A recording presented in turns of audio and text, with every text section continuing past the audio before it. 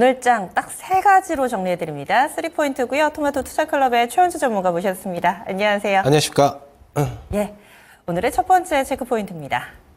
어제 이어서 오늘도 이 포항, 유전, 가스전 개발과 관련된 종목군들 여전히 뜨겁습니다. 현재도 거래 대금 상위를 대체로 차지하고 있고요. 한국가스공사 거래 대금만 1조가 넘습니다. 흥구석유는 시총을 훌쩍 뛰어넘는 손바뀜을 빠르게 좀 나타내고 있는 상황이고요. 그런데 이들 종목이 어제는 무더기 상한가였다면 마감을 앞두고서 약간의 상한가 풀리거나 윗꼬리가 달리는 경우도 있습니다. 어떻게 좀 대응 전략을 세워야 될지 현재 상황 어떻게 보고 계세요, 전문가님? 네, 석유가스 관련주들 전일자에 이어서 오늘도 강세가 지속이 되고 있는데요. 어제 전일자에 좀 다른 사람도 아니라 대통령이 직접적으로 발언을 한 게 조금 시장에 굉장히 큰 영향을 미치고 있다. 그렇게 보고 있습니다. 지금 시장에 그동안에 이제 화장품이라든가 음식료 주식들 좀 강세가 나타났는데 새로운 테마가 형성됐다. 좀 그렇게 보고 있고요.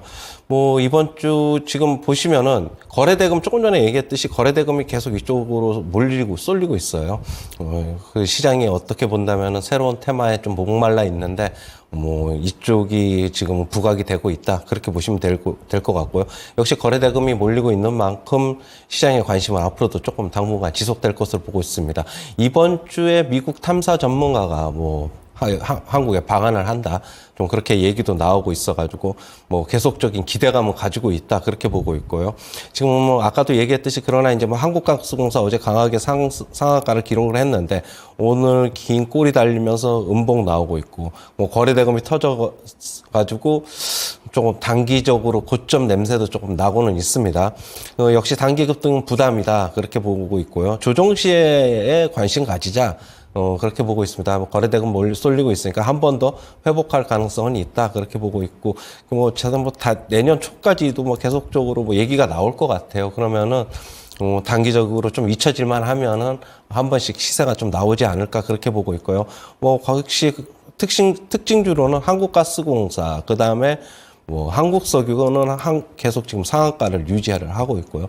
흥구석유 같은 경우에는 상한가 갔다가 좀 풀리는 모습 나왔는데 계속적으로 한번 관심 가져보자. 그리고 조선주들 같은 경우에도 수혜가 예상된다. 그러니만큼 조선주들 같은 경우에도 새로운 모멘텀이 또 하나 이제 붙을 것으로도 좀 보고는 있습니다.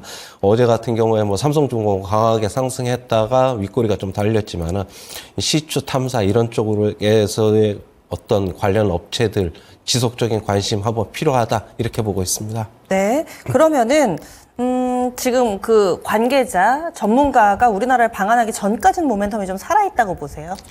저는 이번 주에 방한을 한다고 하니까 계속적으로 좀 모멘텀은 좀 있을 것이다라고 보고 있고 그 관계자가 이제 어떤 얘기를 코멘트를 장중에 또 내놓을 수도 있잖아요. 그러면은 이번 주 아니라 다음 주에라도 그런 코멘트에 따라서 어떻게 변동성이 좀 확대될 가능성이 있으니까 저는 지나치게 무리하게 추격 매수 이런 거는 지금 위험한 구간이다라고 보고 있고 결국엔 단기 테마로서 대응하자 이렇게 보고 있습니다. 네, 지금 따라가는 건 무리겠지만 그렇다고 완전히 그 불씨가 꺼진 것은 아니다. 일정도 좀 남아 있고요. 관계자가 우리나라를 들어와서 또 그 이후에 어떤 발언을 하는지 추후의 흐름에 따라서 또 테마주의 논리로 대응 전략 세워보자 의견 나왔습니다. 다음 두 번째 넘어가겠습니다. 한국가스공사에 이어서 오늘 두 번째로 많이 거래가 되는 종목이 바로 알테오젠입니다. 알테오젠 52주 신고가 썼고요. 이 종목뿐만 아니라 어제장에서도 비슷하게 어제도 유한양행이나 오스코텍이 급등을 했었죠. 이렇게 제약바이오가 꿈틀대는 모습을 보여주고 있습니다. 그동안에 아스코만 봤는데 이제는 내분비 학회, 바이오 USA 학회가 생각보다 상당히 많더라고요. 우리가 이제 기존에는 아스코가 이제 제일 큰 어떤 학회였기 때문에 그것만 봤는데 중소형 학회들도 계속적으로 줄줄이 좀 대기를 하고 있어요. 지금 6월 학회 모멘텀이 계속 살아있다라고 보고 있고, 일정들을 좀 보면 유럽 간학회가 6월 5일서부터 6월 8일까지 좀 있고요. 유럽 류마티스 학회가 6월 12일서부터 15일까지 있고, 유럽 혈액 학회가 6월 13일서부터 16일까지 있고, 미국 당뇨병 학회가 6월 21일서부터 6월 24일까지 있습니다. 계속 줄줄이 좀 대기하고 있다 그렇게 보고 있고요. 그리고 아직까지는 지금 금리나 모멘텀이 아직 완전히 죽지는 않았잖아요. 결국에는 뭐 한 차례냐, 두 차례냐, 뭐 하기는 할 거는 같은데, 뭐 그런 기대감? 여전히 뭐 작년하고는 조금 틀리다. 작년에는 금리 인하에 대한 기대감이 전혀 없었는데, 올해 들어서는 그래도 일단 단발적이나마 뭐 계속적으로 금리 인하 기대감을 가지고 있다. 그렇게 보고 있고요. 최근에 이제 코스닥 지수의 약세 원인이 제약바이오하고 2차 전지였는데, 제약바이오 주식들이 최근에 좀 회복을 하면서 코스닥도 단기 바닥권에서 좀 올라오는 모습 보이고 있다. 그렇게 보고 있고요. 오늘 알테오젠 같은 경우에는 뭐 말단 비대증 연구 결과 발표하면서 오늘 강세가 나타나고 있습니다. 지금 오늘 특징주로는 뭐 알테오젠이라든가 뭐 인벤티지래, 예전에 이제 비만 치료제 관련해서 엮였던 주식인데 오늘 바닥권에서 거래 좀 늘어나면서 상승하고 있고요. 그다음에 아까도 얘기했던 유한양행, 어제 윗꼬리는 달렸지만은 오늘 바로 하락으로 전환이 되지 않고 다시 양봉으로 갖다 붙여 놓고 있어가지고 내일 시세가 중요할 것 같아요. 내일 시세가 강하면은 좀 더 이어질 것 같고, 내일 시세가 그냥 오전에 좀 강했다가 오후에 약세로 전환되면은 뭐 단기 강세는 조금 마무리된 게 아닌가라고 보고 있고, 하지만 제약바이오 주식들은 저는 올해 내내 금리 인하가 그런 기대감을 가지고 있는 이상은 결국에는 빠졌을 때 사면은 어느 정도 작년이랑 좀 다른 결과를 낳지 않겠나, 그렇게는 보고 있습니다. 비교적 긍정적으로 의견 주셨고, 학회가 이렇게 많은지 몰랐어요. 거의 뭐 릴레이입니다. 내분비, 간암, 류마티스, 혈액, 그리고 당뇨병 관련해서 6월은 정말 바이오, 제약바이오 학회 한 달이다라는 생각이 좀 들 정도인데, 예전에 생각해보면은 무슨 학회가 있다 하면 JP모건 헬스케어 컨퍼런스 몇 주 전에 초록 공개되고, 그러면 어떤 기업 참가하나 리스트업 쫙 한 다음에 그중에서 뭐 대응하고 이랬잖아요. 근데 요즘에는 아무리 초록이 공개돼도 반응이 없다가 지금 알테오젠도 발표했다 하니까 움직이고, 에이비온 같은 경우도 발표했다 하니까 움직이더라고요. 양상이 좀 달라진 거예요. 이게 예전에는 좀 전에 말씀하신 대로 그런데 요번에 이제 아스코 학회 앞두고 잠깐 반짝하는 듯 했다가 네. 제가 요즘에는 너무 빨리 좀 꺾인다고 예전에도 한번 말씀드렸는데, 그 모멘텀이. 그런데 알고 보니까 학회가 또 줄줄이 대기하고 있고, 그러다 보니까 아직까지 그럼 모멘텀 좀 더 있을 수도 있겠구나 하는 것도 있고, 그리고 이제는 뭐 어떻게 본다면 사람들이 모두 이제 그런 쪽에만 뭐 선제적으로 매수, 선제적으로 매도를 대응하다 보니까 아예 어떻게 본다면은 그러면은 일정 발표, 일정이 있으면은 일정 지나가더라도 발표 하면은 생각보다 괜찮다, 초록 같은 게. 그러면은 다시 상승하고, 시장의 심리와는 약간 좀 반대로 되는 것 같아요. 그러니까 이걸 갖다가 일정 모멘텀을 삼기보다는 한번 차트를 한번 잘 보시고, 차트가 어떻게 본다면 박스 하단 아니면 더 이상 흐를 것 같지 않다라고, 그렇다고 본다면은 뭐 매수하는 것도 괜찮지 않나. 6월 한 달간은 계속 학회 대기하고 있으니까 어떻게 본다면 모멘텀은 계속 살아있을 수 있다, 그렇게 보고 있습니다. 네, 여기서 판단이 좀 힘드시다면은 기술적 지표를 좀 활용해 보시는 게 어떨까? 차트가 힌트가 될 수 있다. 이렇게 해서 또 해안을 제시해 주셨어요. 다음 마지막 포인트 넘어가겠습니다. 마지막으로 오늘 봐야 될 부분 2차 전지 반가운 상승입니다. 여전히 증권가의 시각은 싸늘하고, 하지만 또 주변에서도 빠질 만큼 빠진 거 아니야 이야기들이 나오고 있습니다. 전문가의 시각은 좀 어떠세요?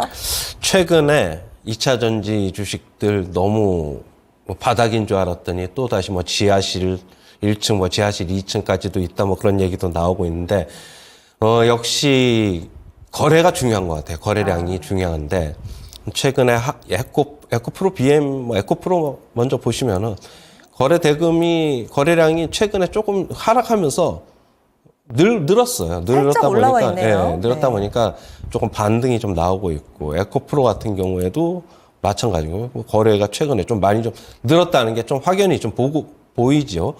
그리고 이렇다 보니까 일단은 단기적으로 바닥을 형성하면서 상승하고 있고, 그리고 코스닥 지수 같은 경우도 박스 하단이기 때문에 뭐 여기서 뭐 더 이상 뭐 빠지게 하겠어? 코스피 안 좋았지만은 먼저 코스닥 같은 경우에 2차 전지 바이오 주식들 약세로 인해서 먼저 좀 빠졌기 때문에 뭐 이런 쪽에서 반등이 나오는 게 아닌가라고 보고 있고, 아직까지는 뭐 기술적 반등이 맞는 것 같아요. 맞지만은 점진적으로 조금 더 상승할 여력은 있다라고는 보고 있습니다.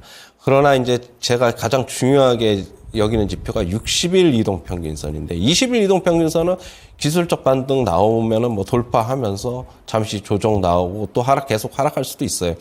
역시 그러나 60일 이동평균선을 돌파한 다음에 그 다음에 주가 하락이 어느 정도로 나오느냐. 그런 다음에 다시 힘을 추스려 가지고 상승할 수 있느냐.